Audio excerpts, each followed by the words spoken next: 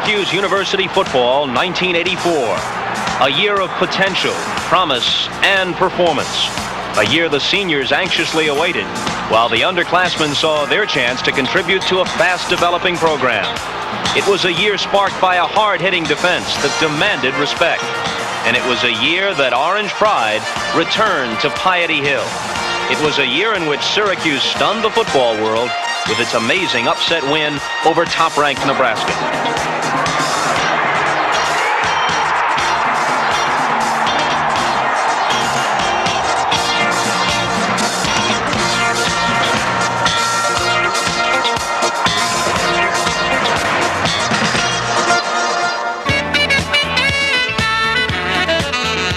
The Syracuse campus was alive with excitement in 1984 as the Orangemen returned to school with high hopes for success. Featuring one of the nation's strongest defensive teams, Syracuse went about its preseason drills in a businesslike manner under head coach Dick McPherson. The coaches at Syracuse were a tightly knit group. Each one had a job to do and was given the responsibility by Coach McPherson to get it done his way. That tight is split. Get out there a little bit. Go, get up and get set. Get up and get set. Get up and get set. What's the back? Wait a minute, who is the contained man? I am, Coach. Okay. Now, You have an inside fill, John? 1984 featured one of the toughest schedules any Syracuse team ever played. It would include 7 bowl teams, plus Florida, one of the nation's powerhouses. All right, we're going to be on that end. 1984 also marked the 25th anniversary of the greatest Syracuse team of all time, Ben Schwartzwalder's 1959 national champions. Under Schwartzwalder, superior Syracuse running backs became a tradition. The problem with tradition is we do impress the high school coaches, the high school teachers, the high school principal, the administrators, the parents, but the kids don't know who Jim Nance is. And you can't tell that to Jim Nance, and you can't tell it to Floyd Little, and you can't tell it to Larry Zonka, and you can't tell it to Jim Brown. The worst thing is for Ted Williams to come up into my place in Maine, and I say to my nephew, "Hey, this is Ted Williams." He says, "Who?" I'm from Ohio, and I wanted to get away, so I came to New York to visit, and I thought I was just going to get people from the New York area. But to my surprise, I met people from Jamaica, Puerto Rico, everywhere, and it's just great to see how other people live. The main reason I came to Syracuse is because when I came here, they were 2-9 the year before, and all I saw was progress. The attitude of the players, the attitude of the coaches, and the people in Syracuse. They wanted to win. They wanted to build a program. I think that the university's made a commitment to the football program. As far as you look at the dome, and there's a lot of great facilities around here. And I really enjoy the coaches. I felt that I could work real well with them. I felt that they were very personable people, and I felt that they'd get the most out of me on the football field as well as off. Coaching, facilities, and commitment are important to Tim, as well as the great education he's receiving. Many athletes are attracted to what some consider the nation's #1 communication school.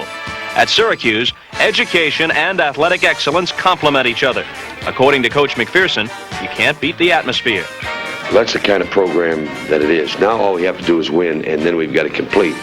Because all I can envision all the time is what I like to play here. And boy, would I like to play here. I mean, just look as to where we're coming from. There's no cheating here. Everybody's treated the same.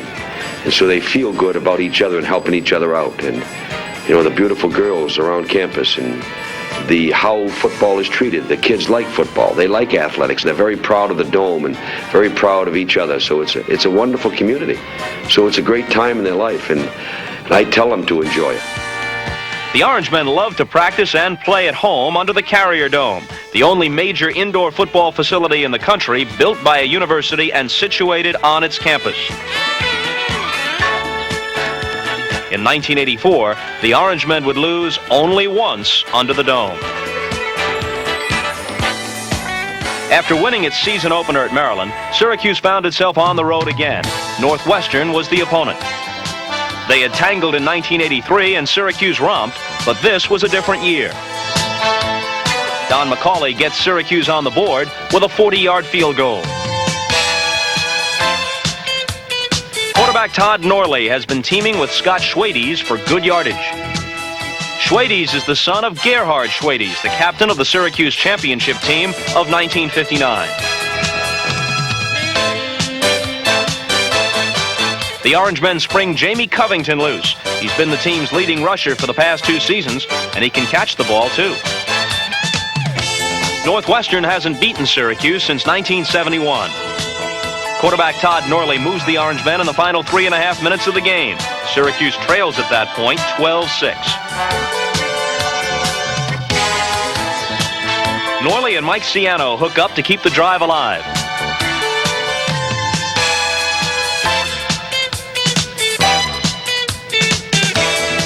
Another pass to Covington takes Syracuse deeper. This pass from Norley to Schwades sets up the go-ahead touchdown. Syracuse eventually goes in for the score and the victory, 13-12. But the story wouldn't be complete without paying special tribute to that hard-hitting Syracuse defense, a defense which allowed but 1 touchdown in each of its first 2 games.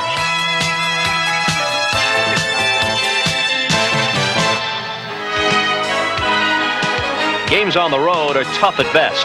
After beating Maryland and Northwestern away from home, the next game away was Florida. If it's national exposure you want, then you've come to the right place. From the ACC to the Big Ten to the powerful Southeast, where Florida, the best team in the conference, was waiting.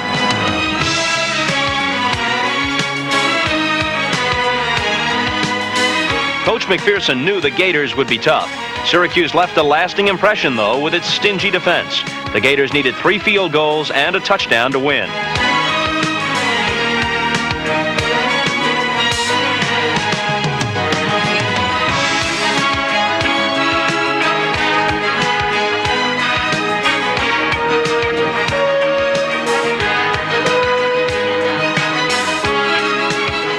At times, it appears as if Syracuse will break free from the Florida stranglehold. Todd Norley is given good protection, and Mike Ciano comes up with a timely catch.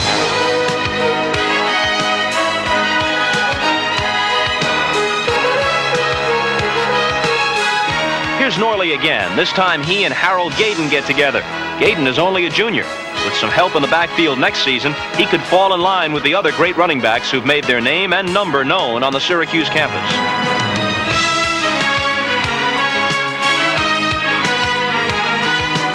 The deepest penetration by Syracuse is on this play by Jamie Covington. The most reliable rusher during the past 2 seasons, Covington takes Syracuse deep into Florida territory. But every time the Orange threaten, Florida puts the Syracuse attack on hold. Head coach Dick McPherson knows life will get better once the team gets back home. Syracuse played 3 other traditional foes away from the Dome in 1984, West Virginia, Penn State, and Boston College. The West Virginia game was the typical hard-hitting trench warfare-type slugfest. Syracuse, one of the nation's leading teams on pass defense, comes up with a gem in the second quarter. Ron Hobby intercepts for the Orange.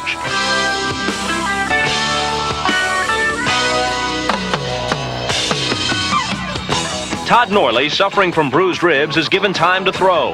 Mike Ciano makes his move over the middle, and Norley hits him.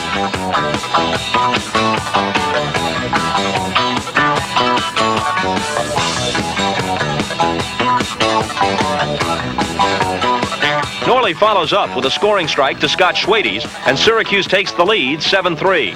But 2 big plays spoil hopes for an Orange upset.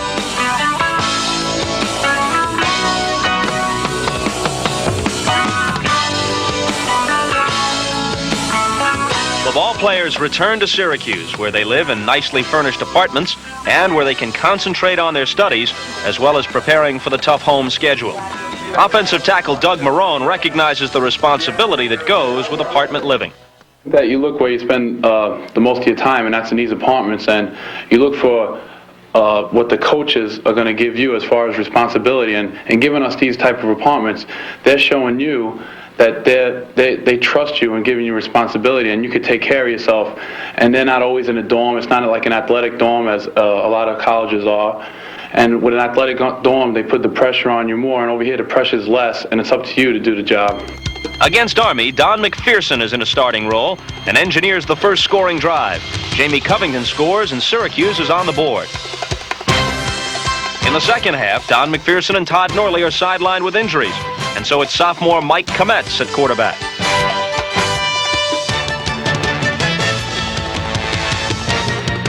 Jamie Covington polishes off this drive with his second touchdown. It's still anybody's game in the fourth quarter. Mike Kometz doing a great job as he presents a dual threat to the Army defense.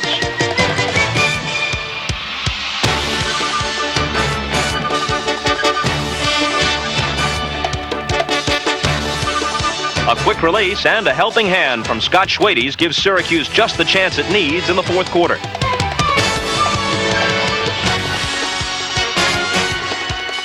Kometz takes charge of the final yards. Syracuse has its highest point total of the season until Navy, and now it's up to the defense. Led by Jamie Kimmel's 9 solos and 2 assists, along with another steady performance by Tim Green, the Orange defense crushes Army's highly explosive wishbone. And let's not forget the Syracuse secondary, one of the nation's best. Ron Hobby shuts the door as Syracuse knocks off bowl-bound Army 27-16.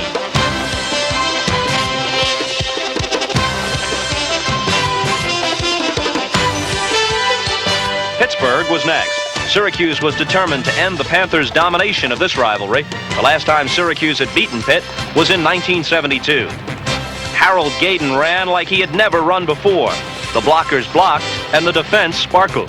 Gaydon's 29-yard burst sets up a 45-yard field goal by Don McCauley. In the second quarter, Larry Morris ignites what turns out to be the key drive of the game. Larry is the brother of New York Giant runner Joe Morris, also a former Syracuse star. With Todd Norley at quarterback, Syracuse is threatening.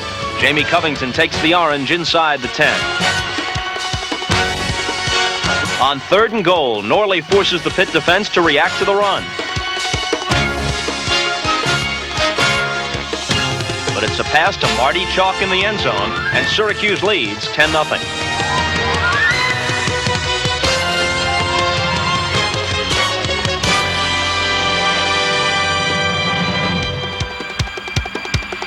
In the third quarter, Syracuse increases its lead to 13-0 on this Don McCauley 41-yarder. The Orange keep Pittsburgh out of the end zone until the fourth quarter. The Syracuse defense is magnificent. Pitt coach Foge Fazio says the Orange defense is the best in the country. It closes the door on Pitt 13-7. The win over Pittsburgh was a big one. But looking back to late September, who will ever forget the game of the year? Or the work that went into preparing for the Nebraska Cornhuskers. Sit now. Sit. Squat in. Good job. There you go. That's it, Timmy. Nice. Sit it in now. Back straight. Syracuse strength coach Mike Wosick, as well as the rest of the staff, knew what it would take in order for the Orange to have any chance against Nebraska.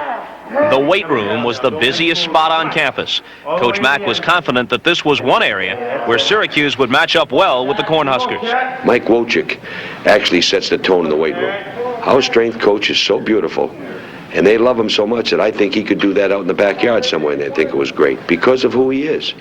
We have upgraded that facility, and we're going to get even better in that area. Okay, couple more. Let's go now. Come on. All the way to the end until it touches. Come on. Coach McPherson and his staff worked long and hard. A special visit by former coach Ben Schwartzwalder gave added meaning to this game. That's all you can do, and if you give it 100%, you don't make boo-boos, and you don't go haywire, it's going to be the greatest victory that you kids have ever had, okay? And we're going to do it, right? Yes, sir. Okay, man. Nebraska came into the contest #1 in the nation, and some experts were touting Nebraska's second team as #2 in the country. Midway through the first quarter, it appeared as if the experts might be right. Play action, followed by Craig Sundberg's pass, and Nebraska led 7-0.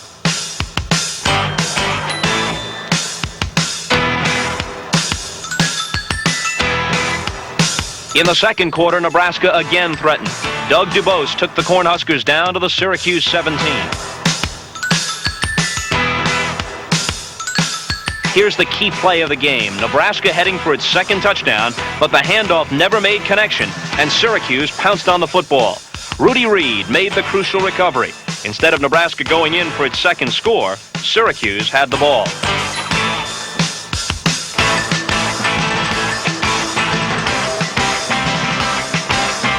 Then the Orange went to work. The plan? Keep the Nebraska defense on the field as long as possible. Todd Norley and Jim Tate combined for a first down.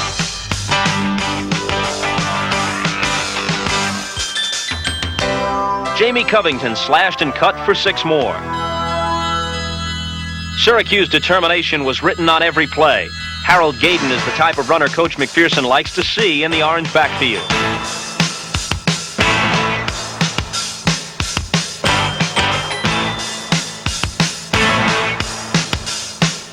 This 16-play drive winds up with Don McCauley kicking a field goal from the Nebraska 14. Syracuse reversed the momentum, and the Orangemen were right back in the thick of the battle, trailing by only 4. In the second quarter, Nebraska's quarterback Craig Sundberg cranked up another pass off play action, but Ron Hobby intercepted for Syracuse. The first half ended with Nebraska holding a very uncomfortable 7-3 lead.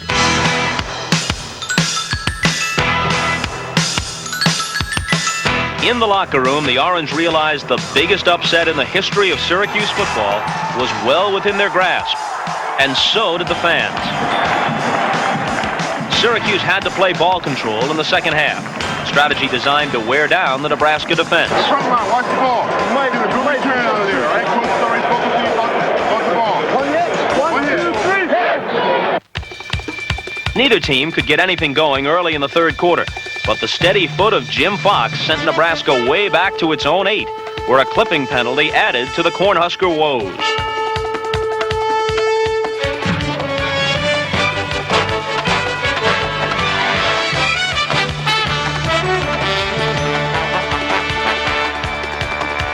Mistakes forced upon Nebraska by the quick, alert Syracuse defense pinned the Cornhuskers deep in their own territory. Again, Nebraska had to punt.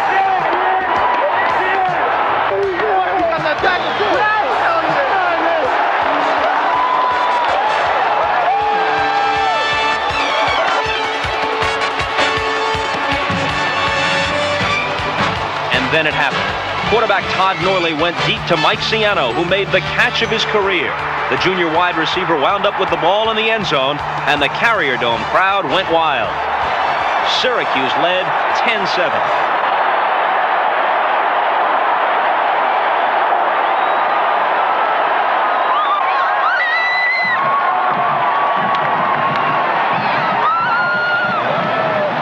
Assistant coach Bill Maxwell talked to the backs on the sideline while the Syracuse defense stopped Nebraska once again. You get the ball, think that you're reading the man on the guard, and now you can make a break on him. The guy that's on the tackle will always be outside in 60. But the man on the guard is the guy that you got to read. Now you can take it there or you can cut behind him, okay? Offensive line coach Tony Wise met with his group. To the open side. Stand on that scoop on the center. I just can't keep talking about enough because that's where we're going to get that backside cut. And the line responded.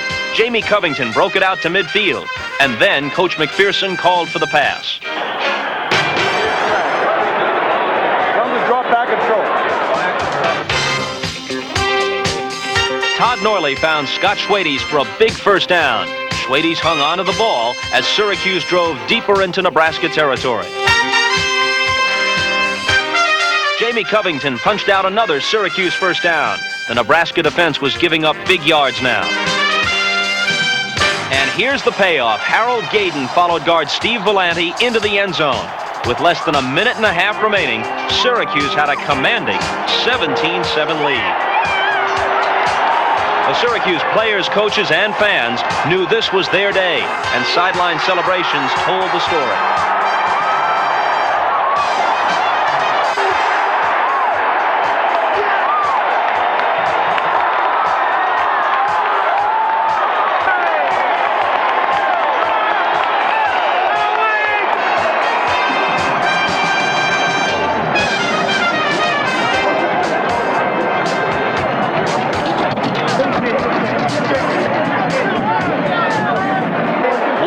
Syracuse got the ball one more time, and rather than chance any kind of unexpected catastrophe, the Orange elected to take a safety. Syracuse had done the impossible. The Orangemen, in convincing style, defeated a great Nebraska team 17-9. Hey, all the reporters, they said, hey, can you guys do it? I said, damn right we can. I said, we would go out on the field and